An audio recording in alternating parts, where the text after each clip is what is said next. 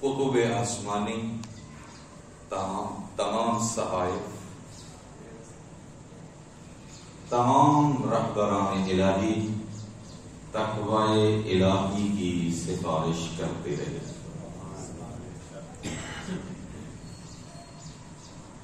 چاہے وہ حضرت نوح علیہ السلام، حضرت آدم علیہ السلام ہو، حضرت یونس علیہ السلام ہو، جو بھی اللہ کی طرف سے نمائندے بن کر آئے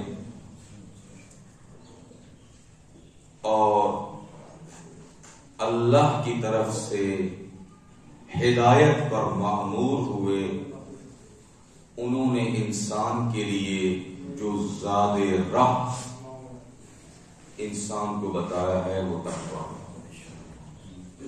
ان خیر الزاد ذالک التقویٰ. قرآن کریم ارشاد فرماتا ہے، فرمایا کہ بہترین توشہ آخرت جس سر و سامان کے ساتھ، جس متاع کے ساتھ، جن وسائل کے ساتھ ہم نے آخرت میں زندگی گزارنی ہے، اس وسائل اور اس سامان کا نام ہے تقویٰ. خیر الزاد، لفظ خیر جو ہے افعل تفضیل ہے، یعنی اس سے آگے اگر کوئی بہترین چیز ہوتی تو اللہ کی ذات وہ بھی ارشاد فرماتی، لیکن اس سے بہتر کوئی چیز تھی ہی نہیں کہ جس کو اللہ کی ذات نے ہمارے لیے منتخب فرمایا ہو. اور اللہ کا علم انسانوں کے علم جیسا نہیں، مخلوق کے علم جیسا نہیں کہ کہا جائے کہ شاید اس کے علم میں تبدیلی ہو اور کل وہ کوئی اور چیز ہمارے لیے معین فرمائے. وہ علیم بذات الصدور ہے، احاطہ بکل شیء علما. اس کا علم اس قدر وسیع ہے، کائنات کا ذرہ ذرہ اس کے علم میں،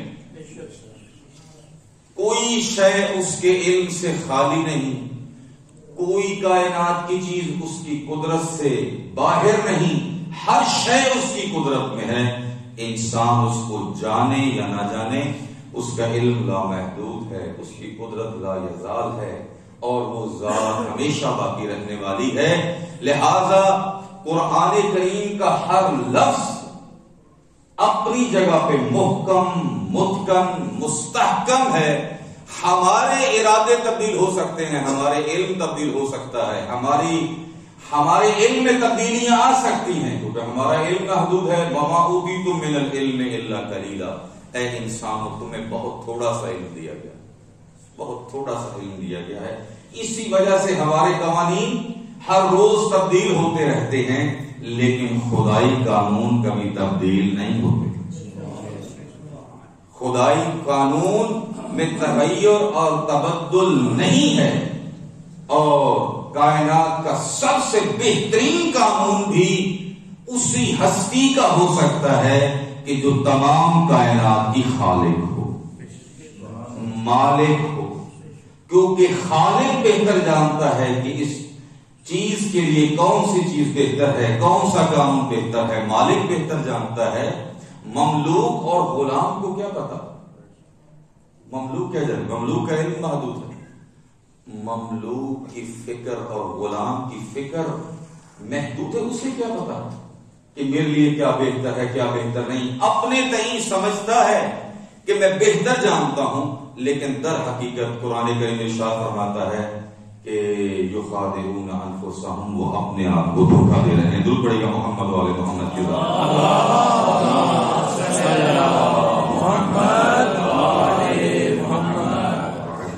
تو بہترین زاد راہ تقویٰ ہے. خیر افضل التفضیل ہے، بہترین زاد راہ تقویٰ ہے، اس سے بڑھ کر کوئی چیز نہیں. اور فرمایا والعاقبۃ للمتقین. عقل مند شخص وہ ہے جو ہمیشہ ہر فعل اور ہر کام کے انجام کو دیکھے. کوئی بھی کام کرنے لگے، آپ کاروبار کرنے لگتے ہیں یا کسی نوکری پہ جاتے ہیں تو آپ پہلے یہ سوچتے ہیں کہ اس کا نتیجہ کیا نکلے گا، اس کا انجام کیا ہوگا. عقل مند شخص اسی کو کہا جائے گا جو اس کے نتیجے کی طرف توجہ کرے اور انجام کی طرف توجہ کرے. قرآن کریم ارشاد فرماتا ہے بہترین انجام ان لوگوں کا ہے جو تقوی اختیار کرتے ہیں. والعاقبۃ للمتقین، بہترین انجام فقط صاحبان تقوی کے لیے ہے. تقوی ہے کیا؟ سوال یہ پیدا ہوتا ہے کہ تقوی ہے کیا؟ اگر مختصر کو تقوی کو پیش کیا جائے، تقوی نام ہے واجبات کے اوپر عمل کرنے کا، اور جن چیزوں کو اللہ نے حرام قرار دیا ہے اس سے دوری کا نام تقوی ہے. اداء الفرائض و اجتناب عن المحارم، فرائض کو ادا کرنا اور حرام چیزوں سے بچنے کا نام تقوی ہے. لفظ دو ہیں لیکن اس کا مفہوم بہت وسیع ہے، بہت بلند ہے. اس کی وجہ یہ ہے پہلے انسان اس طرف توجہ ہی نہیں کرتا کہ میرے اوپر واجب کیا ہے، اور اس کے بعد اگر توجہ کرے بھی صحیح پھر اس میں سہل انگاری کرتا ہے، تساہل کرتا ہے، آج کرتے ہیں کل کرتے ہیں. بہرحال واجبات پر عمل کرنا اور محرمات سے بچنا. ایک مفہوم امام جعفر صادق علیہ السلام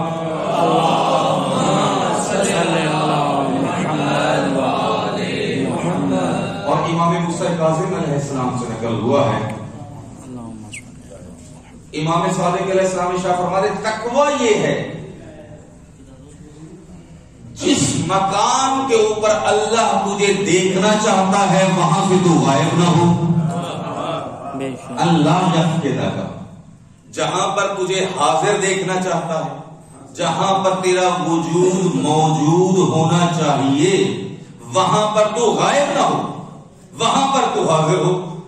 کہاں کہاں پر حاضر ہونا چاہیے، کہاں کہاں پر موجود ہونا چاہیے، کون کون سے مقامات ہیں جہاں پر انسان کو موجود ہونا چاہیے، آپ سب کے علم میں ہے. لیکن ہماری توجہ اس طرف مبذول، ہمیں وہاں پر ہونا چاہیے جہاں پر اللہ کی رضا، جہاں پر خدا کی خوشنودی ہے، جہاں پر خدا بندے پر راضی ہو.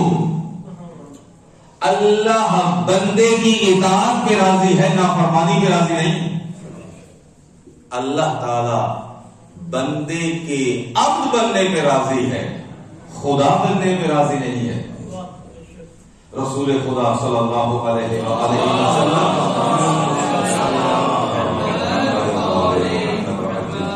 کا آخری خطبہ آپ نے ارشاد فرمایا کہ اے لوگو، میں تمہارے بارے میں اس بارے میں فکر مند نہیں ہوں کہ تم اب دوبارہ بتوں کی پرستش شروع کر دو گے. یہ نہیں ہو سکتا، اب بت دوبارہ نہیں آئیں گے، لیکن تم دنیا داری میں مبتلا ہو جاؤ گے. جس میں مبتلا ہو جاؤ گے، دنیا داری میں مبتلا ہو جاؤ گے. اور اگر اس کو اور آسان کریں تو بہتر ہے کہا جائے دنیا پرستی میں مبتلا ہو جاؤ گے. پھر اور آسان کیا جائے تو انا پرستی میں مبتلا ہو جاؤ گے. اچھا، یہ الفاظ بولے جاتے شاید توجہ ہوگی آپ کی، آپ ماشاءاللہ سبھی پڑھے لکھے ہیں اور قبلہ کیا کہتے ہیں کہ جوادی صاحب کے شاگرد ہیں، ٹھیک ہے، اور علماء کے ساتھ آپ کا واسطہ ہے. لیکن طالب علم ہوتا ہے، ہمارا کام ہے کہ ہم گہرائی تک جائیں. دنیا پرستی لفظ کیا نام، پرستی کیا ہے؟ پرستی حقیقت میں فارسی کا لفظ ہے، پرستش سے نکلا.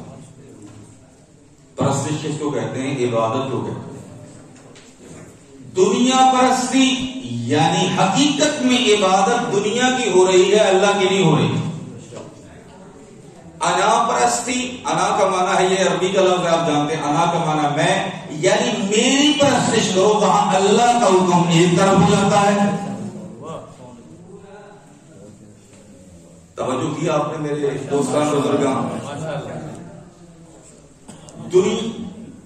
اپنا حکم، اور اگر ہمارا اپنا حکم آگے نہ آئے تو کیسے ہو سکتا ہے کہ آزان ہو رہی ہو حی علی خیر العمل، آؤ بہترین عمل کی طرف. یہ میں اور آپ نہیں بلا رہے، یہ بلاوا خدا کا تھا.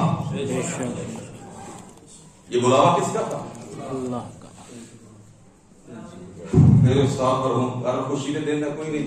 وہ فرماتے تھے خدا ان کو ان کے درجات بلند فرمائے، کھادا پیتا راج کے ستے ہوں. ٹھیک ہے، یہ نہیں. دنیا، اللہ دنیا سے منع نہیں کرتا، لیکن ایسا بھی نہیں کہ سارا دن انسان کا گزر جائے انسان اور حیوان میں فرق ہی نہ ہو. مولا علی علیہ السلام نہج البلاغہ میں ارشاد فرماتے ہیں بعض لوگوں کی زندگی کل بہائم، اور قرآن نے بھی اس کی طرف اشارہ فرمایا. کیسی ہے؟ حیوانوں جیسی ہے. توجہ ہی نہیں کس لیے میں کائنات میں آیا ہوں، کیوں اللہ نے مجھے بھیجا ہے، مجھے خلق کرنے والا کون ہے، مجھے زندگی دینے والا کون ہے، مجھے سانس دینے والا کون ہے، مجھے زمین پر لانے والا کون ہے. کون سی ذات ہے کہ جس نے مجھے دنیا میں بھیجا حالانکہ وہ میرا محتاج نہیں تھا. حل اتا علی الانسان حین من الدہر لم یکن شیئا مذکورا. وہ بے نیازا کسی کی محتاج نہیں تھی. اس کی رحمت الہی اس کا تقاضا کرتی ہے، جب جوش میں آتی ہے تو ہر طرف مخلوق ہی مخلوق نظر آتی ہے. اس کی رحمت کے تقاضے ہیں، اس کی رحمانیت کے تقاضے ہیں.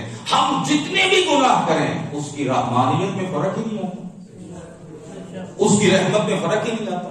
اگر اس کی اطاعت کریں اس کی سلطنت نہیں بڑھ جاتی، اور اگر اس کی نافرمانی کریں اس کی پھر بھی بادشاہی میں فرق نہیں پڑتا، لیکن اس کی کمال محبت ہے.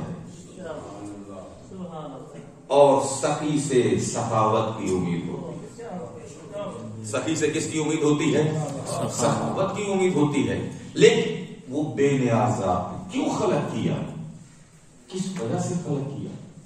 آیا ہمارا محتاج ہے؟ نہیں، وہ ہمارا محتاج نہیں تھا، ہم اس کے محتاج ہیں. ہر وقت محتاج ہے، ہر لمحہ محتاج ہیں. زمین اس کی، زمان اس کا، مقام اس کا، عرش ہے اس کی ہے. یا ایھا الانسان ما غرک بربک الکریم. اے انسان تجھے کس چیز نے اللہ رب العزت سے غفلت میں ڈال دیا. انا پرستی یعنی میں، میری پرستش کی جائے، مجھے مانا جائے. جہاں پر انا پرستی ہے وہاں پر خدا پرستی نہیں ہے. وما قدر اللہ حق قدرہ، قرآن کریم کی آیت ہے. جو اللہ کی قدر کرنے کا حق تھا وہ ہوا ہی نہیں.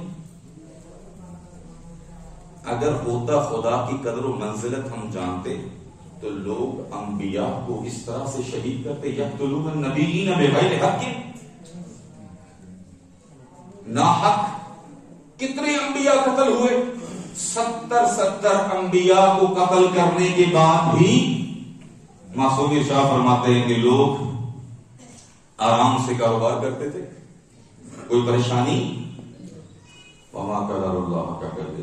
اور مولا علی علیہ السلام فرماتے ہیں رحم اللہ عمران، اللہ رحمت کرے اس شخص کے اوپر کہ جو ان 3 باتوں کی طرف توجہ کرتا ہے کہ میں کس طرف سے آیا ہوں، کس طرف واپس جانا ہے، اور کس مقصد کے لیے کائنات میں آیا ہوں. امام موسیٰ کاظم علیہ السلام کے دن ہے.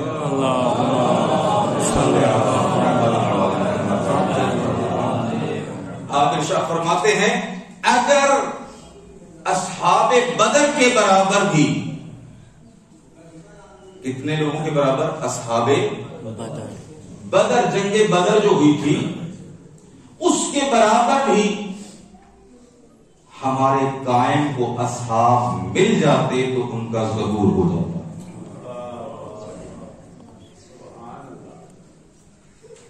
کتنے؟ 313 تو کیا کہتے ہیں ہزاروں کروڑوں میں موجود ہیں، اور سب علی ولی کے نعرہ لگانے والے ہیں. کوئی بھی ایسا نہیں کہ جو مولا علی علیہ السلام کو نہ مانتا ہو. کروڑوں میں، اربوں میں ہیں. آیا ویسے پیدا ہو گئے ہیں جیسے امام زمانہ چاہتے ہیں.